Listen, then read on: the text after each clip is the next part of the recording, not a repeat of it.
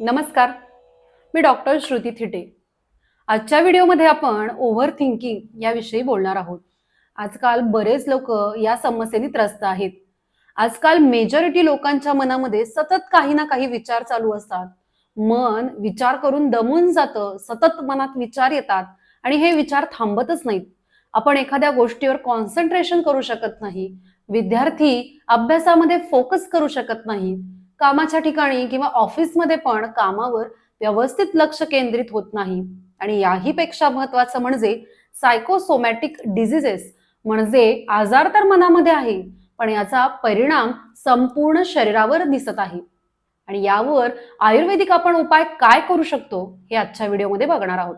त्याही पेक्षा महत्वाचं म्हणजे तुमची ही ओव्हर थिंकिंग करण्याची जी समस्या आहे तर ती तुमच्या शरीरावर काय परिणाम करते हे देखील आपण बघणार आहोत. म्हणूनच मन शांत असणं, मन प्रसन्न असणं खूप गरजेचं आहे. चला बघूया की ओव्हर थिंकिंगची समस्या आणि त्याबाबत असणारे उपचार आपण काय करू शकतो. पण त्यापूर्वी माझ्या चॅनलवर नवीन असाल आणि सबस्क्राईब केलेलं नसेल तर सबस्क्राईब नक्की करा. त्याच्या शेजारी छोटीशी बेल आयकन आहे तर ती देखील प्रेस करा. याने काय होईल की जेव्हा जेव्हा मी व्हिडिओ अपलोड करेन तेव्हा तेव्हा त्याचा पर्सनल नोटिफिकेशन तुम्हाला मिळेल. चला बघूया की सगळ्यात अगोदर आयुर्वेदानुसार स्वस्थ व्यक्तीची व्याख्या काय आहे. समदोषः समाग्निश्च समधातू मलक्रियः प्रसन्न आत्मेंद्रिय मनः स्वस्थ इति अभिधीयते. म्हणजेच ज्या व्यक्तीचा मन, आत्मा आणि इंद्रिय प्रसन्न आहे अशी व्यक्ती स्वस्थ आहे असं आयुर्वेदाने सांगितलेलं आहे. म्हणूनच मनाची स्थिती, मन शांत असणं, मन प्रसन्न असणं खूप गरजेचं आहे. चला बघूया की ओव्हर थिंकिंगची कारणं काय आहेत किंवा आपलं मन इतकं चंचल का बरं आहे किंवा मनामध्ये इतके विचार का बरं येत असतील. तर आयुर्वेदानुसार शरीरात जी काही व्याधी निर्माण होते तर ती वात, पित्त, कफ या तिन्ही दोषांच्या असंतुलनामुळे किंवा इम्बॅलन्समुळे होत असते. आता इथे वाताचे गुण काय आहेत तर तत्र वृक्षो लघु शीत खराहा सूक्ष्मोश्चलो नीलहा. म्हणजे काय तर वात चल आहे, वातामध्ये चंचलता खूप आहे आणि शरीरात वात दोष वाढला असेल तर त्यामुळे मनाचीही चंचलता वाढणार आहे. म्हणजेच शरीरात वात दोष वाढला असेल किंवा तुमची वात प्रकृती असेल तर मन चंचल होणार आहे, मन अस्थिर होणार आहे, मनामध्ये सतत काही ना काही विचार येणार आहेत, मन स्टेबल राहणार नाही, तुम्हाला झोपही व्यवस्थित लागणार नाही, डिस्टर्ब झोप असणार आहे. म्हणूनच शरीरामध्ये वात दोष कमी करण्यासाठी उपाय करणं गरजेचं आहे. ते उपाय कोणते तर यावर डिटेल व्हिडिओ आपल्या चॅनेलवर आहे तर तो देखील तुम्ही बघू शकता. यामध्ये सगळ्यात महत्वाचा आणि सगळ्यात गुणकारी उपाय म्हणजे अभ्यंग करणे. तुम्ही तिळतेलाने संपूर्ण शरीराला अभ्यंग करू शकता, कारण तिळतेल हे वात दोष कमी करणार आहे.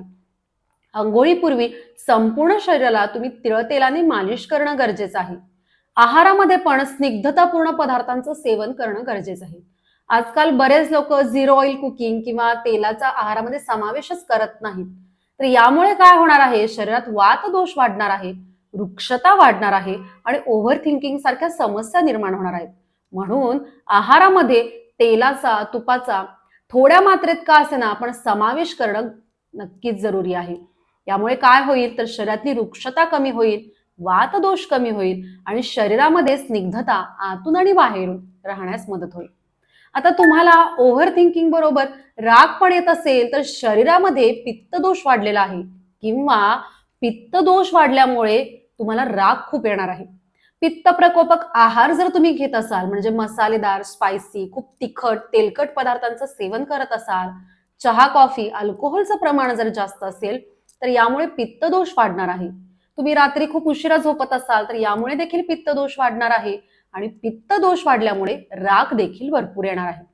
आता इथे आपण मनाच्या दोषांचाही विचार करणं गरजेचं आहे, कारण आपण प्रत्येक वेळी व्याधी झाल्यानंतर जे शारीरिक दोष आहेत म्हणजे वात, पित्त, कफ यांचा विचार करतो, पण इथे आपण मनाच्या दोषांचाही विचार करणं गरजेचं आहे.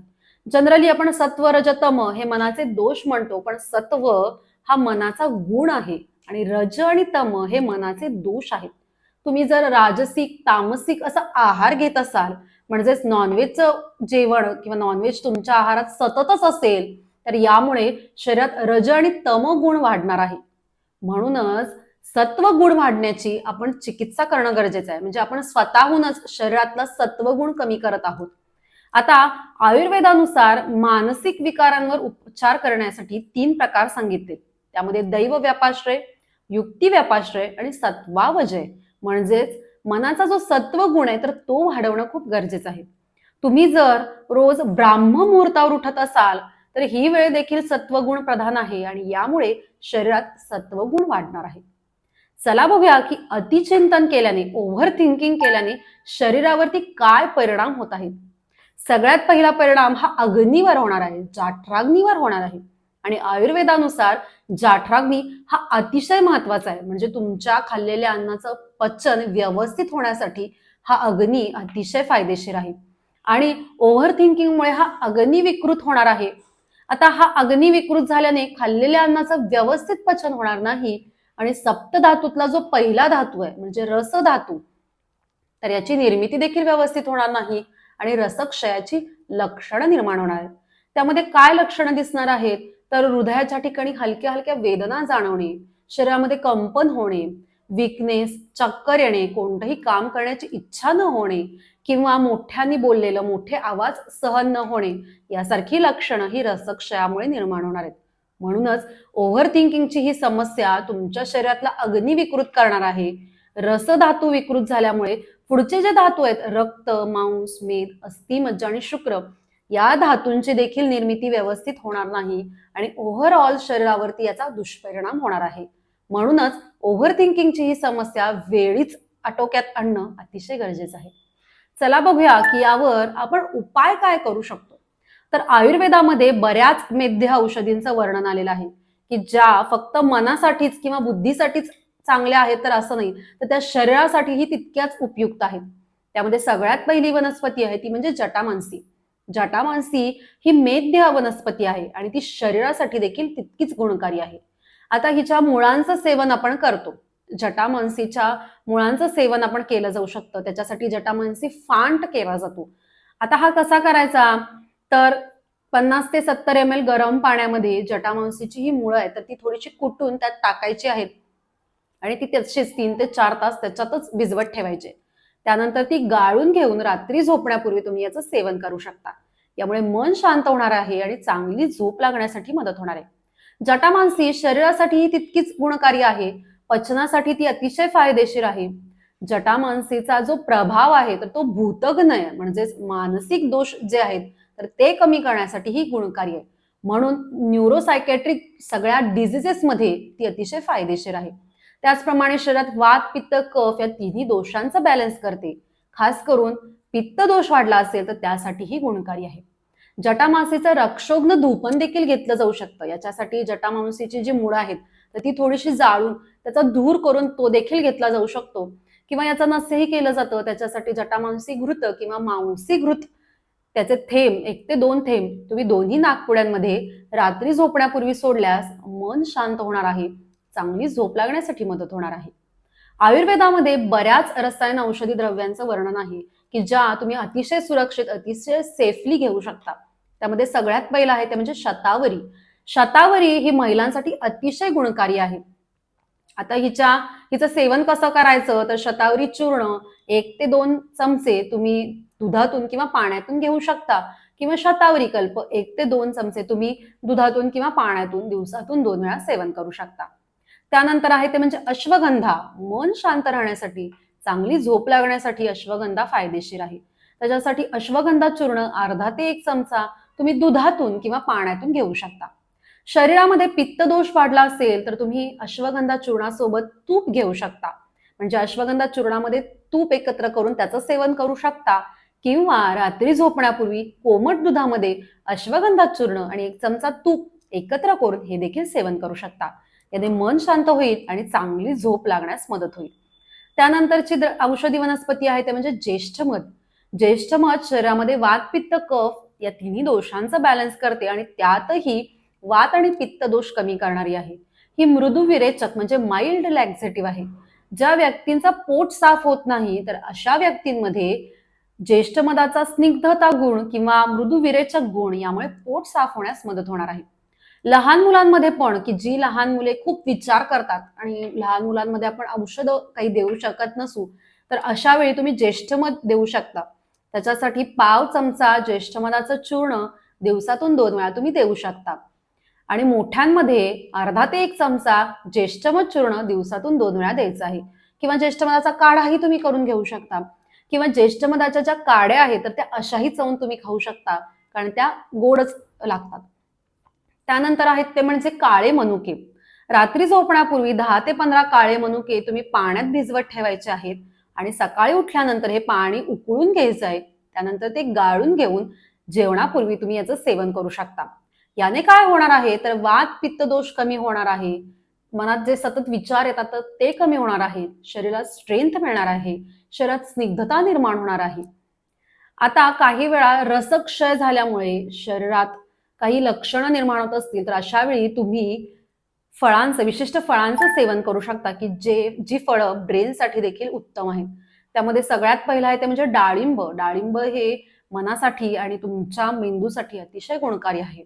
अर्धा डाळिंबाचं सेवन तुम्ही करू शकता किंवा याचा ज्यूस देखील करून घेऊ शकता. सफेद पेठा याचं 50 ते 70 ml ज्यूस किंवा रस तुम्ही सकाळी रिकाम्या पोटी घ्यायचा आहे. यामुळे शरीरातली उष्णता कमी होणार आहे, पित्तदोष कमी होणार आहेत. खास करून उन्हाळ्याच्या दिवसांमध्ये 8 ते 10 दिवस तुम्ही याचं सेवन करू शकता. आता इथे काळजी काय घ्यायची आहे, तर ज्या व्यक्तींच्या शरीरात कफदोष वाढलेला आहे, थंडी खूप लागते किंवा सर्दी खोकल्यांसारखी जर लक्षणं असतील, तर अशा व्यक्तींनी लॉंग टर्ममध्ये याचं सेवन करू नका. शॉर्ट टर्ममध्ये तुम्ही सफेद पेठ्याचा ज्यूस किंवा रस नक्कीच घेऊ शकता. चला बघूया, की ओव्हर थिंकिंगसाठी आपण पंचकर्मातली कोणती क्रिया करू शकतो. तर पंचकर्मातली बस्ती ही चिकित्सा केली जाऊ शकते.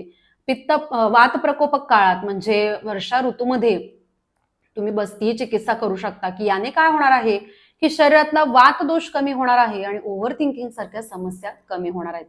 तुम्ही शिरोधारा देखील करू शकता, की यामध्ये तेल किंवा औषधी काढ्यांची धारा ही शिरोभागी सतत सोडली जाते. यामुळे काय होणार आहे, तर मन शांत होणार आहे, चांगली झोप लागणार आहे, मनातील विचार कमी होण्यासाठी मदत होणार आहे. तुम्ही नस्यही करू शकता. आता जे नस्य तुम्ही डेली रुटीन मध्ये करत आहात किंवा रोजच्या जीवनात करत आहात, तर याला प्रतिमर्श नस्य म्हटलं जातं. आणि जे पंचकर्मातलं नस्य आहे, तर ते तुम्ही वैद्यांच्या सल्ल्याने किंवा अंडर ऑब्झर्वेशन करणं गरजेचं आहे. आता ओव्हर थिंकिंग सारख्या समस्या कमी होण्यासाठी तुम्ही तुमच्या लाईफस्टाईलमध्ये, जीवनशैलीमध्ये काही बदल करणं अत्यंत गरजेचं आहे. तुम्ही तुमच्या डेली रुटीनमध्ये प्राणायाम, योगासन, मेडिटेशन यांचा समावेश करणं गरजेचं आहे. त्याचप्रमाणे रात्री झोपण्यापूर्वी तळपायांना तेलाने हलक्या हाताने मसाज करणंही गरजेचं आहे. त्याच्यासाठी तुम्ही तिळ तेल, खोबरेल तेलाचा वापर करू शकता. उन्हाळ्याच्या दिवसांमध्ये खोबरेल तेलाचा वापर करावा आणि थंडीच्या दिवसांमध्ये तुम्ही तिळ तेलाचा वापर करू शकता. याच तेलांचे काही थेंब तुम्ही तुमच्या नाकपुड्यांमध्ये रात्री झोपण्यापूर्वी सोडू शकता. याने चांगली झोप लागेल, मन शांत होण्यासाठी मदत होईल. अशा प्रकारे आजच्या व्हिडिओमध्ये आपण ओव्हर थिंकिंग या विषयावरती डिटेल बघितलेला आहे. हा व्हिडिओ माहितीपूर्ण, महत्त्वपूर्ण वाटला असेल तर जास्तीत जास्त लोकांपर्यंत शेअर करा. तुमच्या काही शंका असतील तर कमेंट बॉक्समध्ये नक्की विचारा. व्हिडिओ आवडला असेल तर लाईक करा आणि सबस्क्राईब केलेलं नसेल तर सबस्क्राईब जरूर करा. भेटूया पुढच्या व्हिडिओमध्ये आणखीन महत्त्वपूर्ण माहितीसह. तोपर्यंत नमस्कार.